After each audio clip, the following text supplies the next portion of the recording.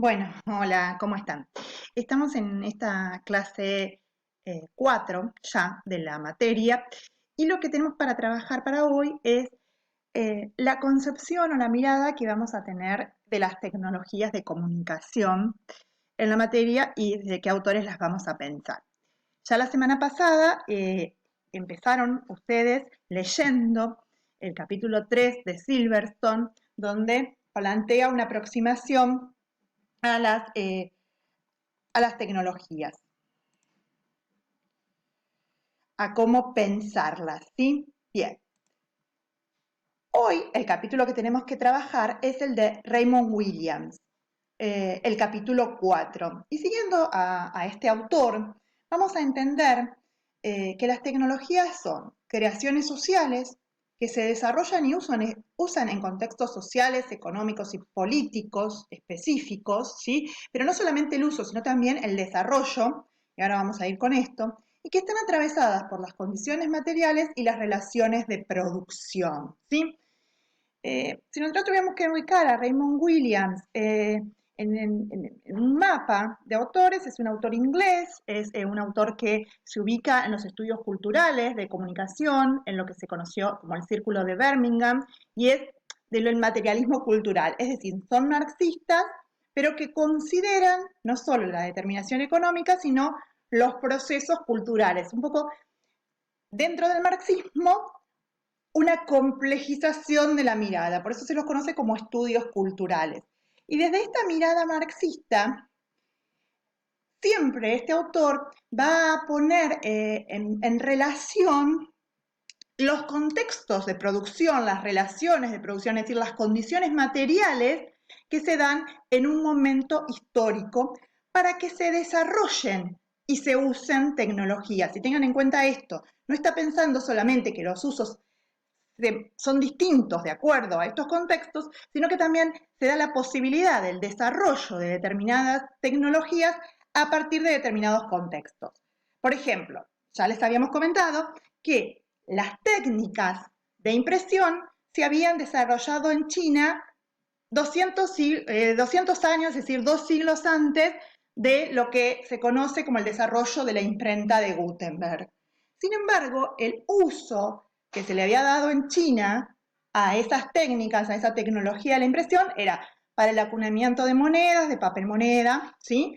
O para producir textos religiosos, pero que no circulaban.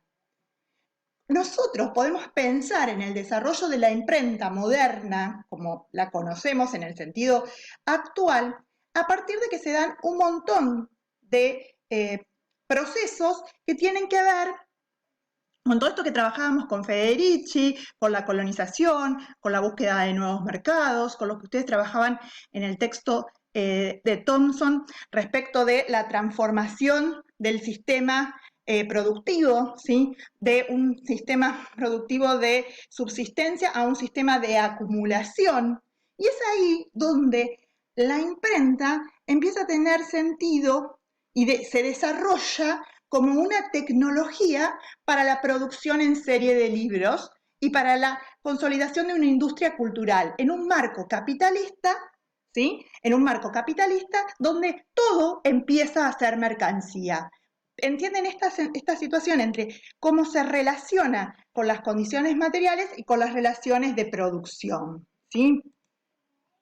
O sea, sin esas condiciones materiales, sin esas relaciones de producción capitalistas, sin ese ascenso en Europa Occidental de la clase burguesa, que es la clase comerciante, sin ese impulso del comercio, el desarrollo de la imprenta no hubiese sido posible, ¿sí? Lo mismo si pensamos en la máquina a vapor, que no es una tecnología de comunicación, aunque sirvió para tecnologías de comunicación como el tren, pero digo, en este sentido de el vapor como técnica existe desde que los hombres y las mujeres pusieron agua en el fuego.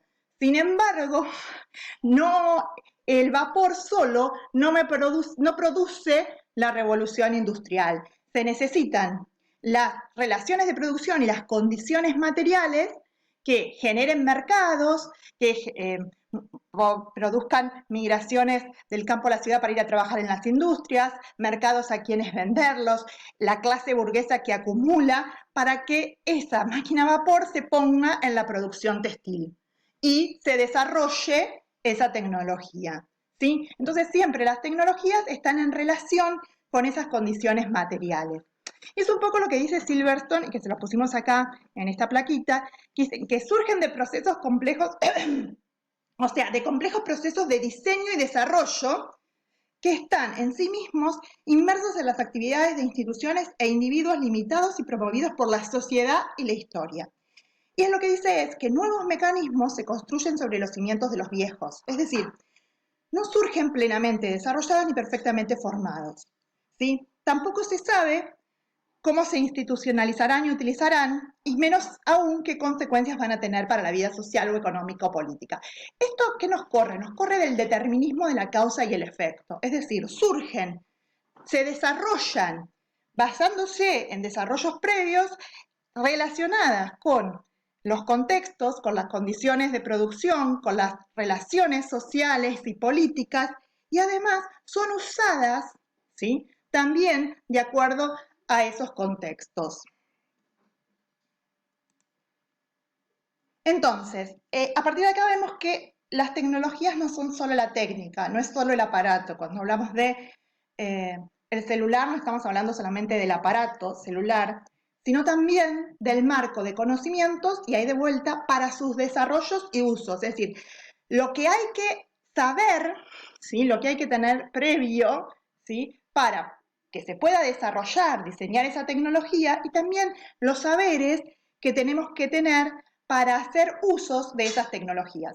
Claro que en determinados contextos va a haber usos que son dominantes, ¿sí?, también en términos de Williams, y otros usos que son alternativos o contrahegemónicos, ¿sí? Y esos usos dominantes son los que se institucionalizan a partir de relaciones de poder saber, es decir, cuáles son las instituciones, ¿sí?, los grupos que van a establecer cuáles son los usos dominantes de las tecnologías, es decir, hacer que la imprenta sea para la producción en serie de libros, ¿sí?, esta pelea entre la iglesia, el Estado, el mercado, si era para producir textos religiosos, textos que se censuraban, es decir, toda esa disputa de relaciones de poder entre las instituciones para establecer los usos legítimos de esa tecnología.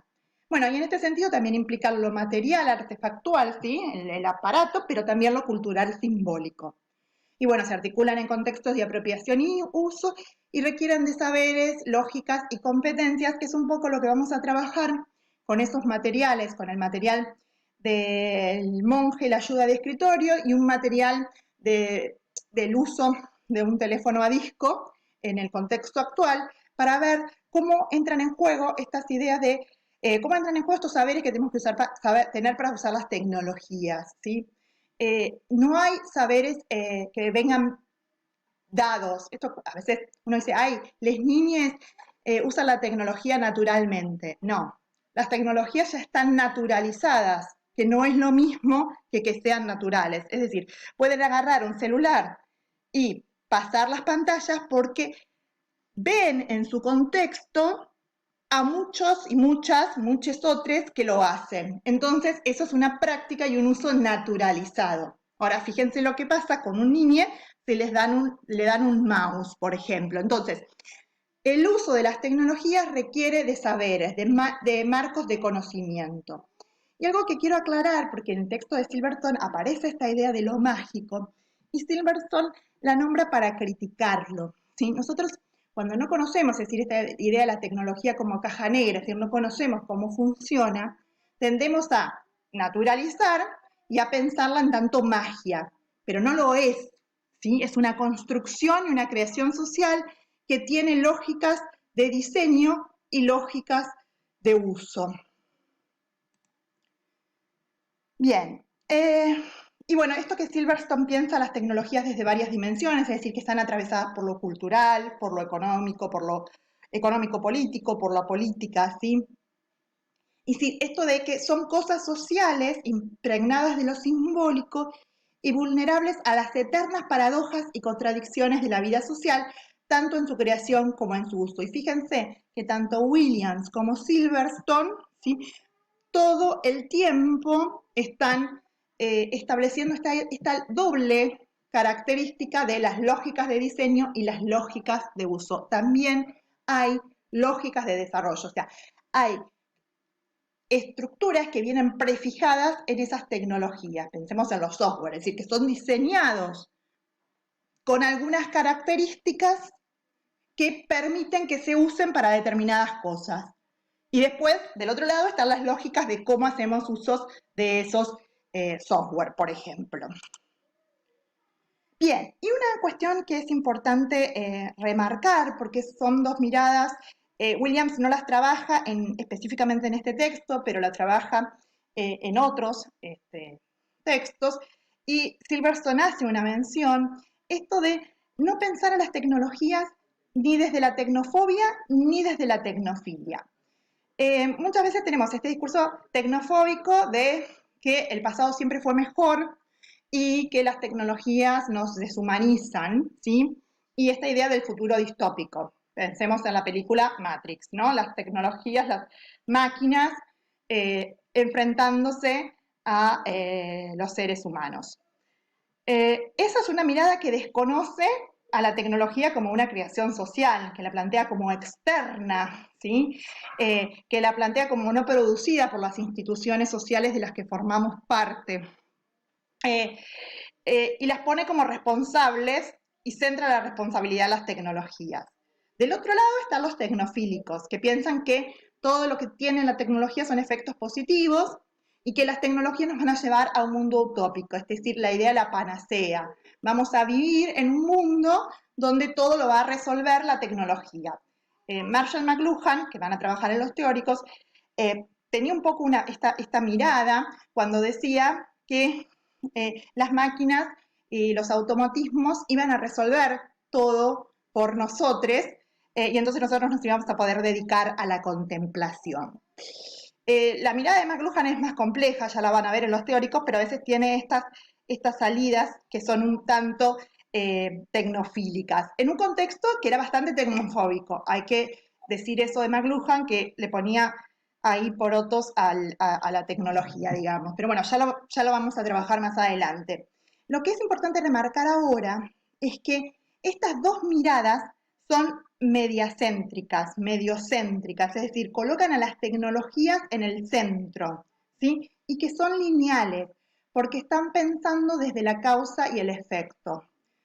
La propuesta de Silverstone, que es un autor contemporáneo, también inglés, y la propuesta de Williams es que podamos pensar a las tecnologías complejamente, es decir, podamos pensarla en las relaciones de poder, en las relaciones con otras instituciones, en sus contextos de producción, en el marco de las relaciones sociales, para que veamos que son creaciones sociales, que son instituciones sociales en disputa con otras instituciones, y en ese sentido,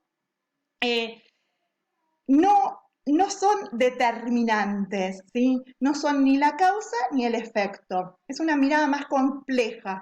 Por eso el pensamiento marxista de Williams nos permite pensar en esa cuestión de lo dialéctico, ¿sí? De la continua interrelación, ¿sí? Porque las tecnologías no llegan del espacio exterior, no nos impactan, ¿sí? Sino que son creaciones sociales.